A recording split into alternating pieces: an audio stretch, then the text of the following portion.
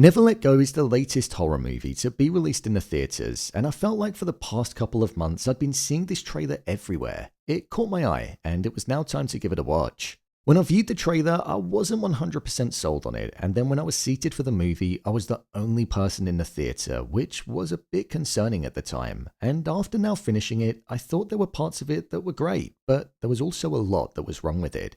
So with that, let's delve into the movie and break down all that there was to take away from it. Here is a breakdown and review of Never Let Go.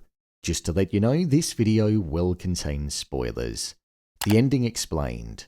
One of the main questions that as a viewer we're left with during the ending was, is the evil real? And this is something that's actually sat with me over the weekend after I watched the movie on Friday. The director left the ending of the movie in an open-ended, ambiguous way for us to determine whether or not it was real, and with that, it leaves two possibilities. Let's first explore the fact that the evil wasn't real. A theory around none of it being real is that by the end of the movie, all of the views and beliefs that Halle Berry's character Mama put upon her children started to take control of their minds because they knew no different and feared the outside world because of how she'd raised them.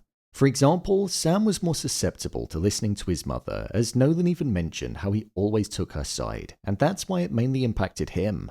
At the end of the movie, we saw that there was in fact a world that was outside, and it hadn't been destroyed like Mama had told them, as they were rescued.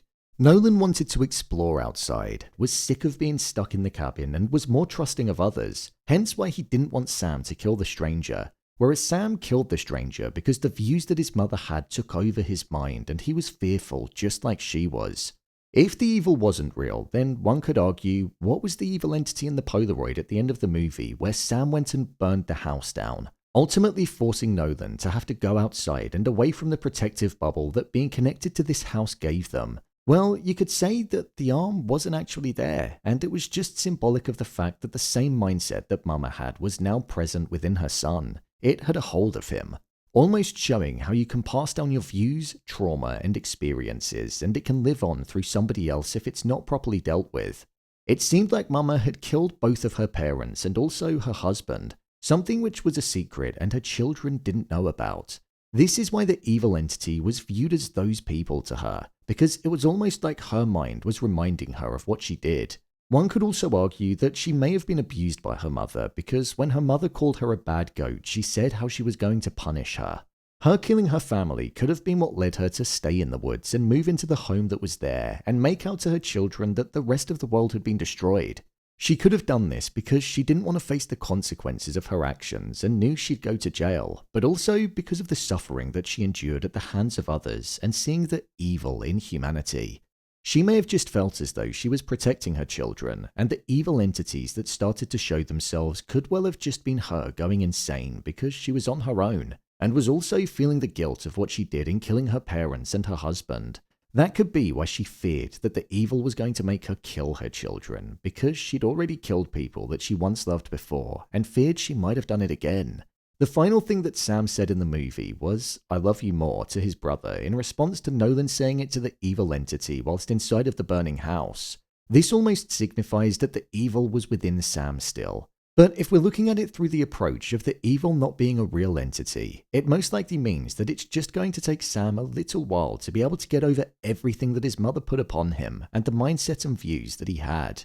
Now if we take a look at it as if the entity was an actual real being, something which I feel is less plausible, it would pretty much mean that there was an evil that was out in the forest, but the rest of the world wasn't in ruin like Mama claimed. The evil had this snake-like skin and it would shed it, almost showing that it would take the form of something that would draw you out into the woods in the hope of getting you.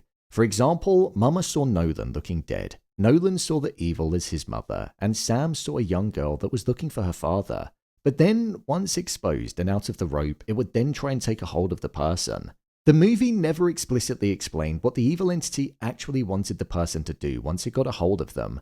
But the fact that Mama believed that it would make her kill her children, and then Sam also tried to kill Nolan once he had the evil, I guess death was its endgame. So the fact that Sam was still haunted by the evil at the end showed that with him heading to the outside world, a world that was populated with people, could the evil be something that would spread amongst the population and go on to cause the world to crumble? I guess that's the open-ended view of it. Personally, I prefer the metaphorical approach of it not being real, and that's the one that I'm going to stand by. My review of the movie. Honestly, I was a bit disappointed in this film, but then again, I should have known because when I watched the trailer, I didn't originally think it was going to be anything special, and I felt like it could have gone one of two ways. Considering the movie was only about an hour and a half, I feel like it dragged slightly, which is probably telling of the plot, because realistically, it wasn't that long of a film at all. I got the impression that the movie just tried to be a bit too clever for its own good, and I don't think the story had enough meat on the bones to be able to stick the landing of the ending and go for the ambiguity and twist that it wanted to. It just felt a bit too confusing for the sake of being confusing when it came to knowing what was real or not, rather than providing clarity whilst also leaving things up to interpretation. I get that Halle Berry's character had this paranoid mindset and had done some terrible things, but I think maybe focusing on that and her warping the minds of Nolan and Sam without the need of a supernatural entity that possessed them would have been better.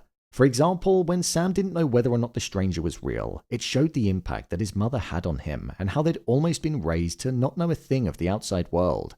I would have rather a demise occurred because of indoctrination rather than an actual evil entity.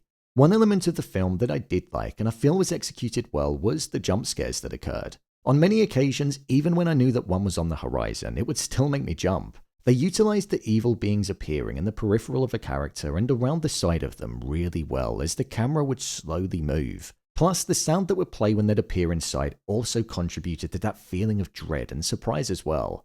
In terms of the performances in the movie, it was a very small cast, and I would say that Percy Daggs IV and Anthony B. Jenkins stole it. I feel like they actually delivered a better performance than Halle Berry when it came to what they needed to do. Percy Daggs as Nolan, when he gave his speech about why he didn't want their dog to be killed, was a moment where he delivered the right amount of passion and emotion, and you could really sense the heartbreak that he was going through. I also thought Anthony Jenkins' performance when Sam had the evil inside of him. He turned into a sinister character, and the stare that he gave his brother and the haunting smile in the photo as the house was burning was just chilling to see. He looked dead on the inside, so it was delivered extremely convincingly. In terms of if this movie is worth watching, honestly, I don't really think it is. I think you can quite easily pass on this movie and not feel like you're missing out on that much. On the day of release, it was this, Megalopolis, which doesn't seem like it's much better, and My Old Arse, and I'm kind of wishing I saw the latter, but I'm hoping to see that at some point this week.